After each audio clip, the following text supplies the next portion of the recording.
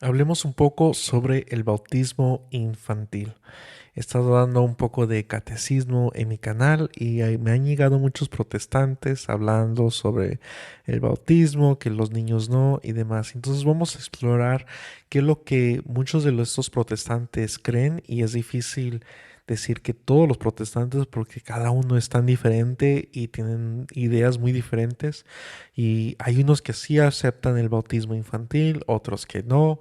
Unos que dicen que el bautismo no salva, sino nada más es un símbolo, y otros dicen que sí, que el bautismo es necesario, pero solamente para adultos. Tantas diversas opiniones sobre el bautismo de los protestantes que es difícil hablar de todos en general porque cada uno cree muchas cosas distintas usando la misma palabra de Dios. Y después hablaremos un tema sobre la apologética, ah, sobre por qué es un gran error solamente guiarnos por la Biblia a nuestro propio entendimiento, porque una de las señales que esto no es lo que Dios quiere es que hay tanta diversidad en opinión en cuestiones tan importantes como quién va a ser salvado y quién no. Así que en este video vamos a hablar sobre el bautismo infantil. Bienvenidos a Guía Católica con su servidor Ángel Jesús. Denme un like si les gusta este video al final y suscríbanse si les gustaría aprender más.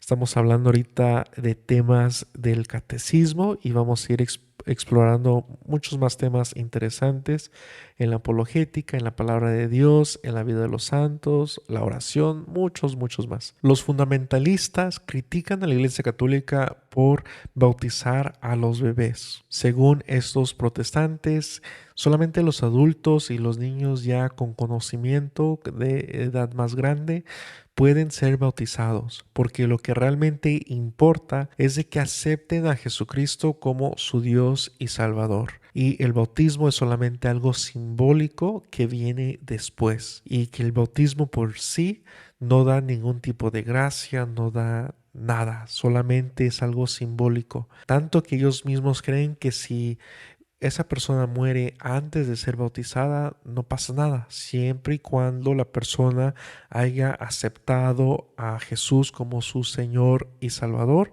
está ya salvo. Para los fundamentalistas, este bautismo no es necesaria y no es un sacramento, es solamente algo simbólico. El bautismo no transmite la gracia cual simboliza, sino simplemente es una señal para la comunidad de la aceptación de Cristo personal en su interior.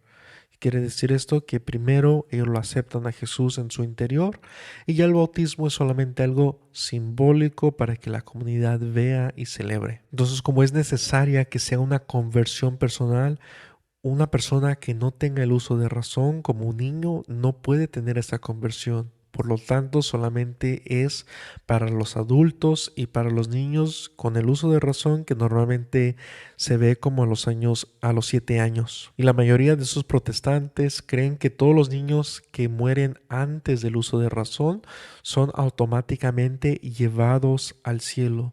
No es hasta que tengan el uso de razón que necesitan aceptar a Jesús como su Señor y Salvador para poder ser salvos. Que si mueren con el uso de razón, como a los 8 años, digamos, un niño, y no ha aceptado, tiene el uso de razón y no ha aceptado a Jesús, ese niño muere, entonces sí no iría al cielo porque nunca aceptó a Jesús. Esa necesidad de aceptar a Jesús como tu Señor es solamente después de que tengas el uso de razón. Desde el Nuevo Testamento, la Iglesia Católica siempre ha sostenido que el bautismo es necesaria para recibir la gracia de Dios, ya que el bautismo borra todo pecado, el pecado original y cualquier pecado actual. Los pecados actuales son los pecados que nosotros cometamos por nuestra propia voluntad, así que en los casos de los bebés solamente borra el pecado original. Y para entrar al pecado original y todo lo demás, sé que muchos protestantes no están de acuerdo con el pecado original, pero un día hablaremos más sobre eso. Pero por ahorita acepten solamente que esta es la enseñanza de la Iglesia Católica, ya que mis hermanos católicos que están viendo, ustedes entienden que es la realidad de lo que la Iglesia Católica enseña. Pero vamos a continuar en ver cómo San Pedro nos enseña que debemos nosotros de bautizarnos y arrepentirnos y todo lo demás. Vamos a ir a Hechos capítulo 2, versículo 38. Y estoy usando la Reina Valera porque esa es la Biblia común de los protestantes, y como esto es un poco de apologética y queremos que los protestantes se conviertan hacia la verdad, vamos a entonces usar su Biblia. Aquí en el versículo 38, Pedro les dijo: arrepentíos y bautícese cada uno de vosotros en el nombre de Jesucristo para perdón de los pecados, y recibiréis el don del Espíritu Santo, que es esa gracia de Dios, que es Dios mismo.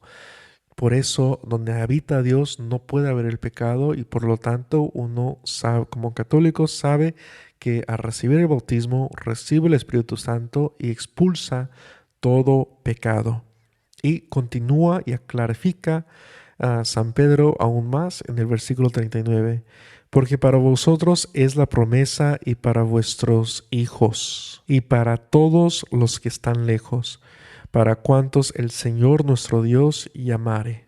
Aquí vemos que el bautismo no solamente es para nosotros adultos, sino también para nuestros hijos. Y esos mandatos son universales, no se limitan solamente a los adultos.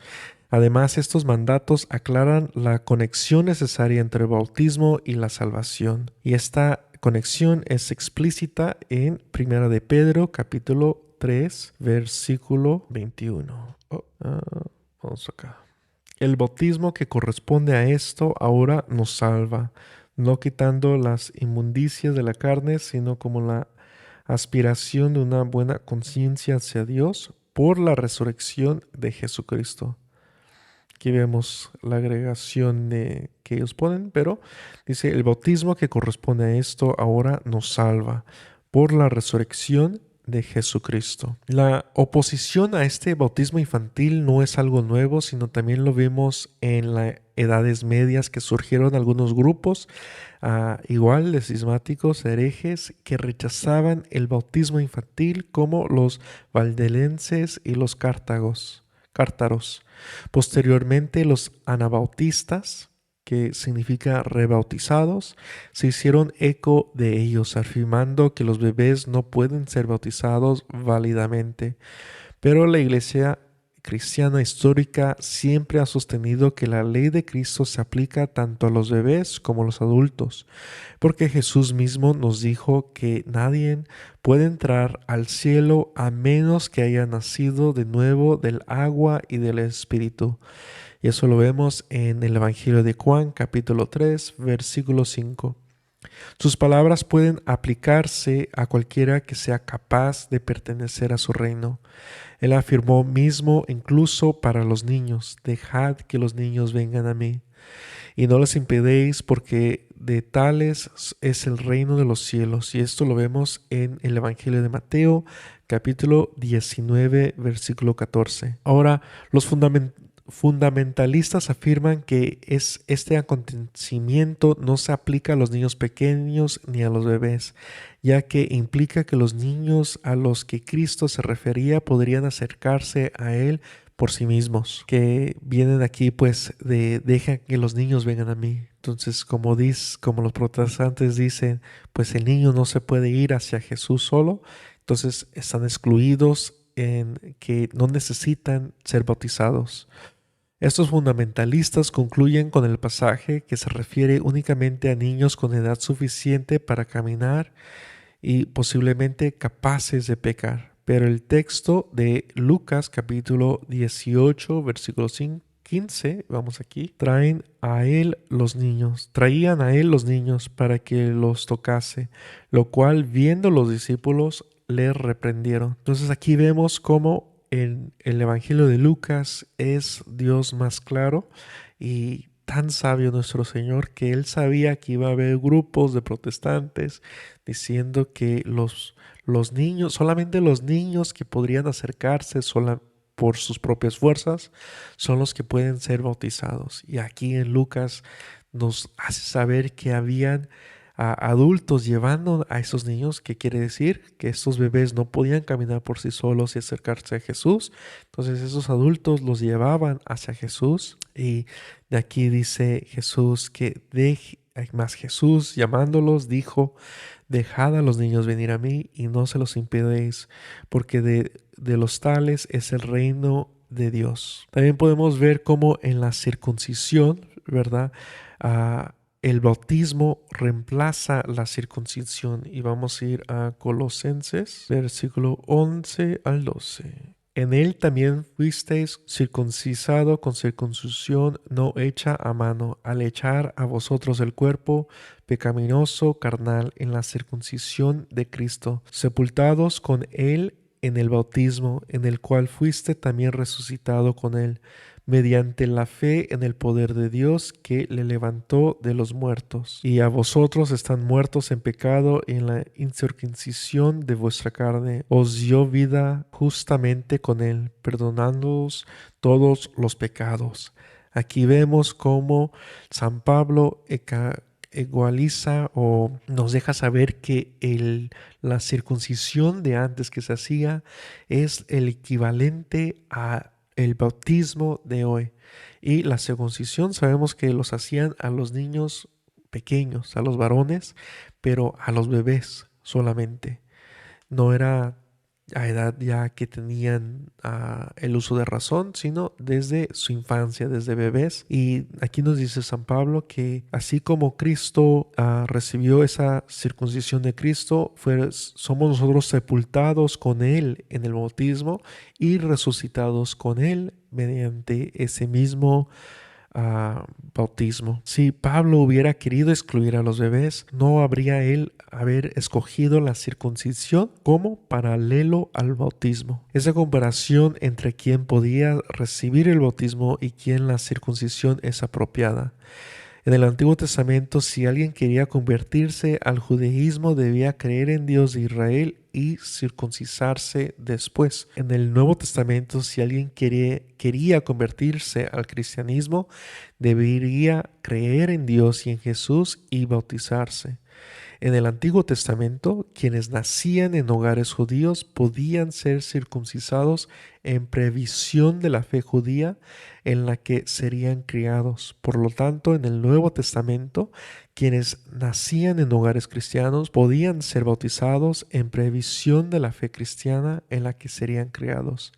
El patrón es el mismo. Vemos aquí la comparación una con una, como la circuncisión es el paralelo al bautismo, como los que querían ser convertidos al judaísmo tenían que primero creer en Dios y después ser circuncisados. Y vemos que en el cristianismo, cuando un adulto quiere convertirse al cristianismo, tiene que primero creer en Dios y después ser bautizados. Pero cuando uno crece en un hogar judío, en ese entonces, uno era circuncisado desde bebés, desde antes del uso de razón, y por lo tanto, así de la misma manera, cuando uno es crecido en un hogar cristiano, uno puede ser bautizado desde la infancia sin necesidad del uso ah, del uso de la razón. Los fundamentalistas se resisten a admitir que la Biblia no dice en ningún lugar que el bautismo está restringido a los adultos, pero cuando se les presiona lo hacen. Simplemente concluyen que ese significado es el que se debe interpretar, incluso si el texto no respalda explícitamente tal punto de vista. Naturalmente, las personas cuyos bautismos mencionamos en las escrituras son adultos, porque se convirtieron siendo adultos.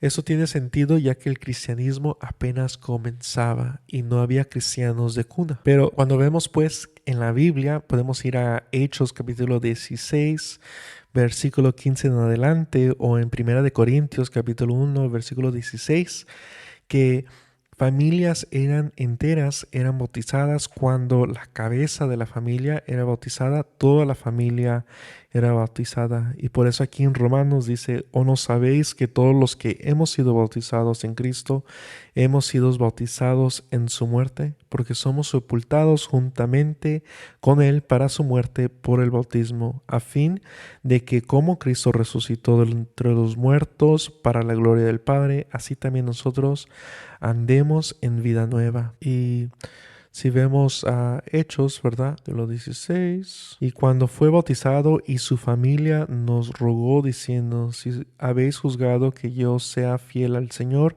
entrad en mi casa y posad. Y nos obligó a quedarnos. Bien, aquí vemos pues el encarcelado de Filipos, toda su familia fue bautizada.